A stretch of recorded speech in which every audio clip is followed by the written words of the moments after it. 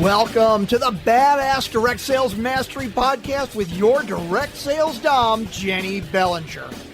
Badass Direct Sales Mastery is a podcast for rock star direct sales moms who are determined to make their business kick ass. Jennie will share her knowledge of effective sales and recruiting techniques, tips to get what you want from your business, and will interview direct sales professionals and leaders from various companies. The interviews will give insight to how these rock stars got to where they are and where they plan to grow in the future. And now, the direct sales dom, Jennie Bellinger. Welcome back to another episode of Badass Direct Sales Mastery. I'm your host, your direct sales dom, Jennie Bellinger, helping you whip your business into shape. And today I have with me Patrick Vanderberg.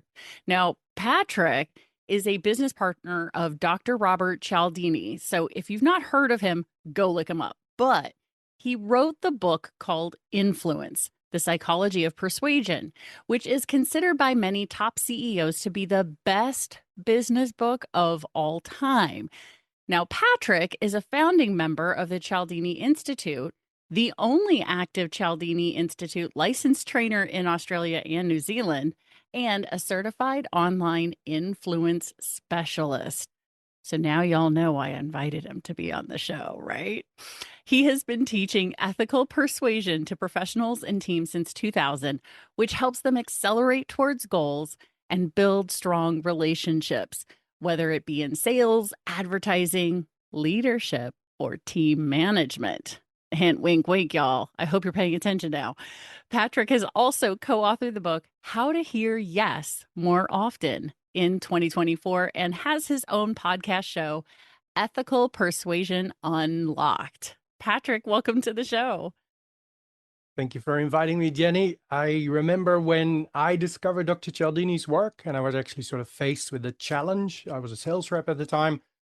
And when I figured out how this works, that it's not actually that difficult, it's easy to understand, and we don't have to lie or cheat to be significantly more successful with our goals that we're trying to achieve. I remember the excitement that I felt, and I like that I'm making that happen in the people I talk to. Like when I do a keynote, I can see it in the room. I can see the eyes getting bigger. So I appreciate the opportunity to the same effect, hopefully, on your audience. And come the end of it, I'd love everybody listening to this to actually leave maybe a review on your podcast and let them know that let us know that you appreciated this episode. But yeah, ready to get into it.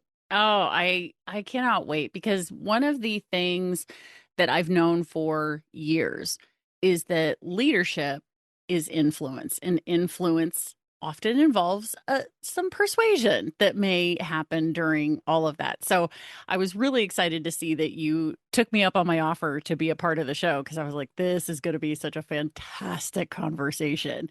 So one of the things that you and I talked about before we even got started here was really, persuasion isn't just about like what we're saying to other people, but there's an understanding that we need to have about how people make decisions, because that's what makes persuasion more effective without having to convince, I think is probably a good word for that. So let's talk about decision making. Awesome. I think that's a great way for us to start, so we can explain why also selling seems to be getting harder and why the principles of persuasion are actually decision trigger. But before I get into that, you mentioned as in leadership might involve some persuasion. I would argue every time that we're trying to achieve a goal, we rely on our abilities to be persuasive. And being persuasive is not the same as manipulation. Manipulation is forcing somebody towards a decision where they have no choice, where persuasion is actually bringing up the right pieces of information to give them the choice to make themselves, so the decision comes from within them. So that when you've produced a change in someone, and it could be sales related, and of course your podcast is largely focused on sales, but it is not exclusively sales related. If you want your team members to follow the safety procedures that you have in your factory or something, you can force them to do that and they'll do it when you're watching. But if you persuade them, they'll do the behavior and keep doing it because it came from within. Does that make sense? Oh, yeah, it absolutely does, because I'm in this moment having an aha light bulb moment of my own, because you and I are both members of BNI, and I'm also a chapter director. And one of the chapters that I support, I'm like, I need more influence with them. And so now I'm like, okay, Jennie, pay attention to this for that particular group of people, because they need some help. But I also recognize that they need it to come from within. It can't come from Jennie. Yeah. Oh. And it's important to realize that this applies everywhere where we're trying to achieve a goal. So not just in sales, it's customer service, it is getting the bills paid on time, it's HR, it's PR, it's marketing, it's advertising, it's getting your kids to do their homework, it's trying to convince your partner where you want to go on holidays next year. Whenever you're communicating, you rely on your ability to be persuasive. So it's a very exciting topic, but let's get into it. Decision making you're asking about. Yes, please. Okay. All right. So I'm going to lean on the work of a Professor Daniel Kahneman, who died last year, unfortunately, and he won a Nobel Prize in economics in 2002, which was perhaps a little bit surprising because he was a professor in psychology and a behavioral scientist, right? And then normally you win a Nobel Prize for making an extraordinary contribution to that particular field. So how does a behavioral scientist win a Nobel Prize in economics? Well, a lot of his research was about decision making, and decisions shape economics. So that's where the link is. Okay. Now, he won a Nobel Prize basically for disproving a popular belief that old economics had. Old economics thought that human beings are logical, rational creatures, and we would therefore use logic and reason to formulate our decisions. And it was Daniel Kahneman that proved that that's not the case. And so when it comes to decision making, Daniel Kahneman says that there's two parts to your brain or two parts to your audience's brain. And when I say audience, it's not audience per se, as in a theater room. Right? Sure. Audience as in the recipient of your message. All right. So in terms of the brain, we've got system 1 and we've got system 2. System 1 is the intuitive part of the brain. System 2 is the logical, rational part of the brain. System 1 is fast, works most of the time. It's an unconscious process, so it works outside of our conscious control. And it works automatically, so we've got very little control over it. And it takes very little effort to run. It's therefore running in the background most of the time. System 1 can read short sentences, like on a billboard. System 1 can pick up, let's say, a hostile tone of voice when somebody's talking to you. And System 1 can drive a car on an empty road, right? Sometimes you come home and you can't remember which turnoff you actually took from the freeway. It's because you were not driving, Right. System 1 was, right? Oh, yeah. Unconscious, outside of your conscious control. Okay. System 1 largely works on shortcuts. Okay. Right? Rules of thumb that we've learned help us make decisions in the past. So let me give you an example. So let's say you go to a hardware store and you're wanting to buy a front door for your house. Now, you know nothing about timber, glass, paints, varnish, door construction. And so there you are standing in the hardware store needing to make a decision on which door you're going to pick, but you don't know really anything about it. So you have a couple of options. You could delay your decision. You could leave the hardware store and you could go and read some books on timber, glass, paint, varnish, all these topics, right? For maybe 3 months. And then after 3 months, maybe you can do some courses on how to actually construct doors. And then 5 months later, you could come back to the hardware store, well educated, to make a good decision about which door to buy. But chances are is you don't have the time for that, right? And so something in the back of your head might surface that tells you, hang on a second, expensive equals good, right? We've learned from experience that most of the time, if I spend more money on something, I get something that's better quality, better suited to purpose. So faced with this decision that I need to make about something I don't know anything about, the alternative is to go away and not make the decision and spend a lot of time on educating myself. Or I could go, you know what? If I just spend a couple of $100 more than I was thinking of spending, I've probably done the right thing here. I'll probably get something that's better quality, better suited to purpose. And you know what? That's exactly what will happen. You will probably be right because that rule is correct most of the time. Most of the time you spend more money, you get something that's better. But inevitably, it's not right all the time. Sometimes you spend more money on something and it's still rubbish, right? So you do say system one is error prone, right? It works with shortcuts that work most of the time, but inevitably they also don't work. So sometimes it goes wrong. But these shortcuts allow us a shortcut to a quicker decision. So we can move on to our day, put that door in our trolley, and we can go to the next aisle where another decision awaits us about something that we don't know anything about, and we're faced with the same problem. Okay, so that's system one. On the other side, we have system two. System two works slowly. System two is conscious thought, where system one is unconscious, outside of our conscious control. System two is conscious thought. Takes a lot of effort and energy to run system two. And Daniel Kahneman actually refers to it as the lazy controller. It doesn't actually want to engage unless it's forced to. It's quite happy for system one to make decisions as long as there's no red flags going up. All right, so system two, slow, takes a lot of effort, conscious thought, and we use that for more complex decisions. So if we're comparing two washing machines, for example, that's system two work. There's also a caveat with system two. System two requires our attention, right? Where system one can drive a car on an empty road. When you're parking a car in a tight parking spot, you need to pay attention. Because if you don't, it's not going to turn out so well, right? Yeah, that's the time when we're like turning down the radio to try and, parallel park the car or something. It's like, what does that have to do with the other? It's because we have to pay attention. Exactly. Right? Because system two doesn't work well if we don't pay attention, if we don't have attention. And we all have a limited budget of attention every day. Okay. So system two is our logical way of thinking. Great. Now, Daniel Kahneman demonstrates back in 2002 that 90% of our decisions are made by system one, automatically, outside of our conscious control, right?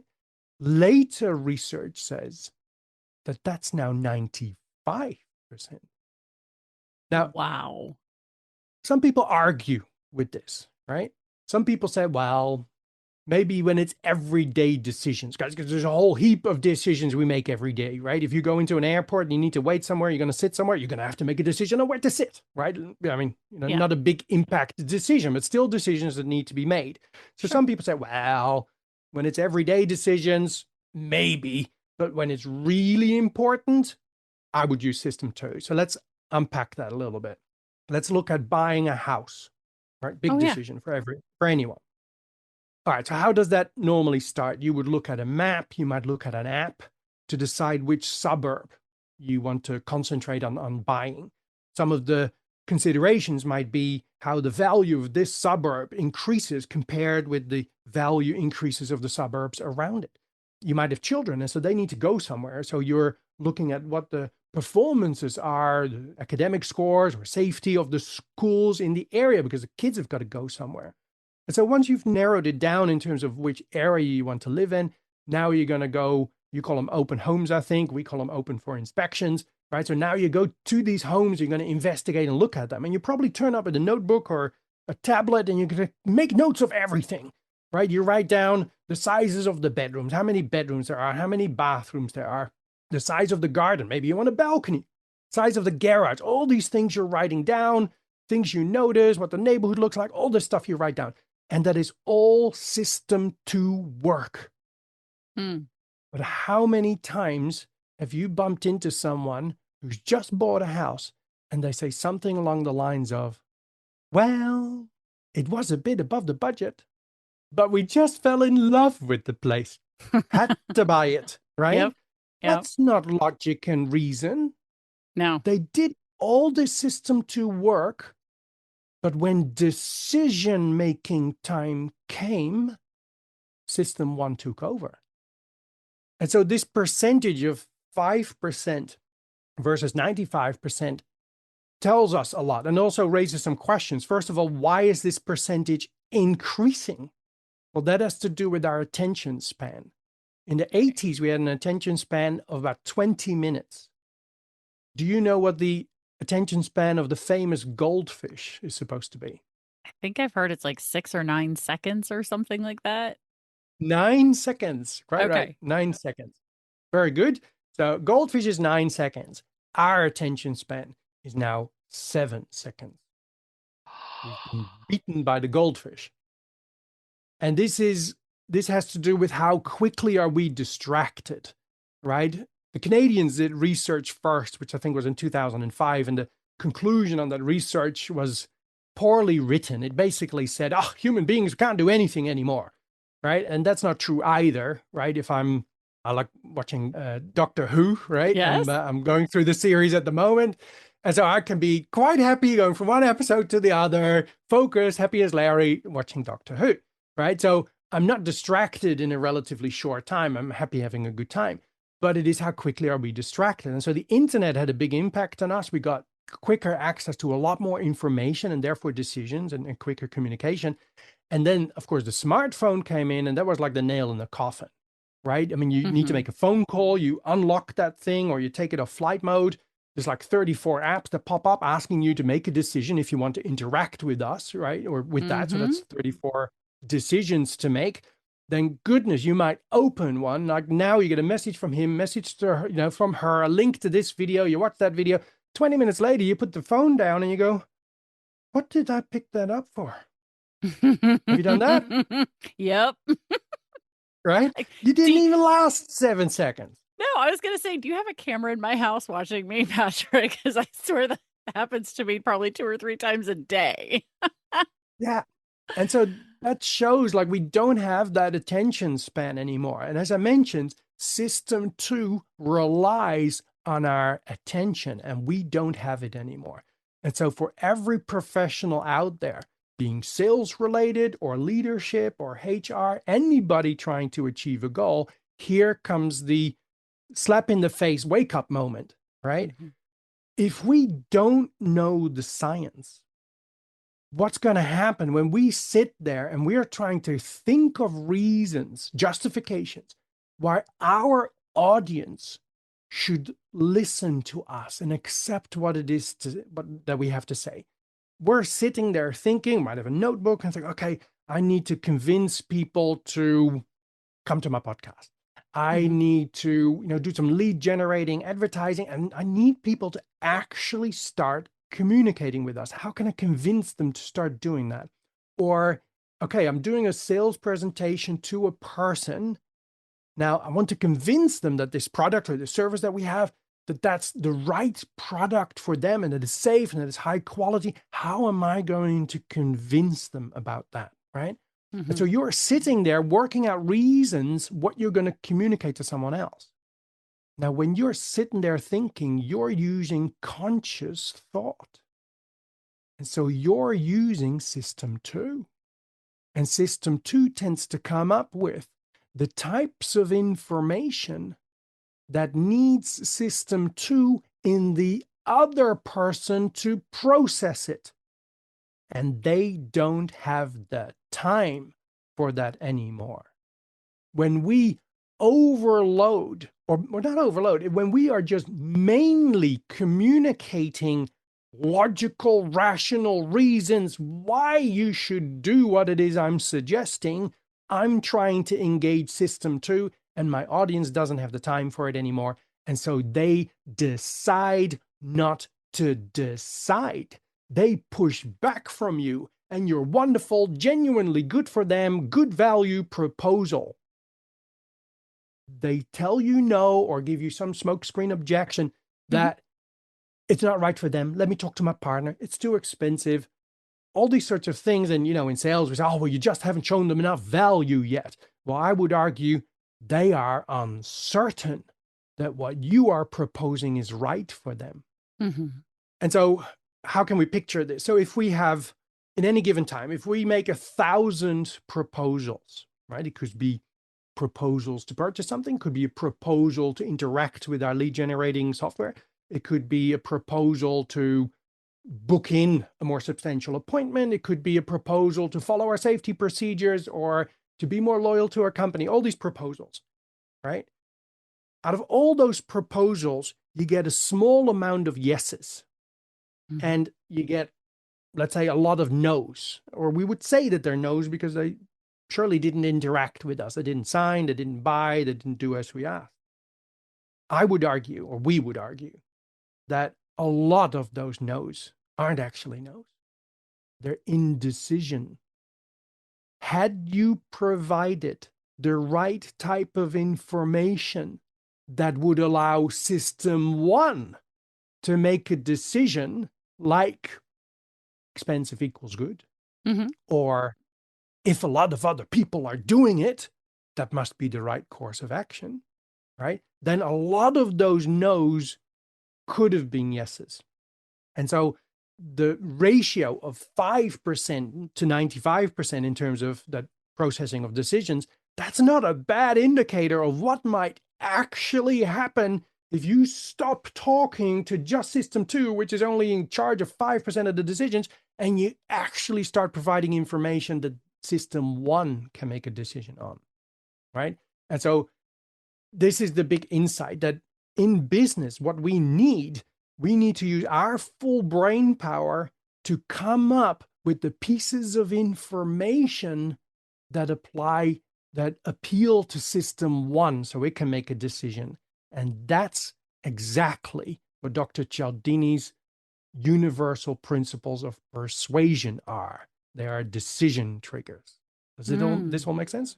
Yeah, it really does. And already my brain is sitting there going, okay, so I have coaching clients who are in the world of direct sales and network marketing. And I'm like, okay, so now how do we begin to implement this? So is that everything we need to know about decision making? Or at least now you understand the introduction. Yeah, this is sort of the introductions. And now you understand that when you sit there without knowing the science, when you think, okay, how am I going to convince someone? How am I going to get this person to remember me and mention me to, one of their clients, as in, in terms of networking, for example? If you don't know the science, you're using system 2, and you'll come up with logical, rational reasons why they should listen to you, right? It's good for the environment. It saves you money. It gets you there faster. You'll be more comfortable, right? And they're all logical, rational reasons, but they don't appeal to system 1. And so you are losing so much time and resources and competitive advantage not using the available science. And there's about 100 years worth of science available to us. And yeah, just like an architect that's trying to build a skyscraper without knowing the science, the results don't tend to be so good. I mean, they might be good enough to pay the bills, right? You're still successful, but there's so much slipping through the cracks. Right. Oh my gosh. That is so good. So can we play around with some of this information then? So as I mentioned, as you were talking, 2 of my clients specifically came to mind, one of whom is with a company that offers a patch that reactivates stem cells. And the other one is a Mary Kay rep. So she's with a very well-known brand around the world for skincare and makeup. So how is it that we can take either one of those and begin to implement a system 1 attraction? I don't know, a system 1 decision kind of thing. So can we go down that little rabbit hole for a minute? So people can see how that begins to work. Happy So to. Yeah. So I don't know if you're more familiar with Mary Kay or the LifeWave patches or anything like that, but probably Mary Kay is a little more, I think probably more people are aware of that being out there. So let's use the skincare and makeup route. So how can someone who's with skincare and makeup begin to activate someone's system one decision-making portion of their brain? Okay. So first of all, the industry is completely irrelevant. Nice. As long as you're dealing with people, it all works the same. Okay. Right? Hey, badass crew. Jennie Bellinger here. I'm recording this for you because, as you can tell, this conversation with Patrick is so good and it ended up going so long. I ended up cutting it into 2 parts. So I hope you enjoyed this first part of the conversation with Patrick.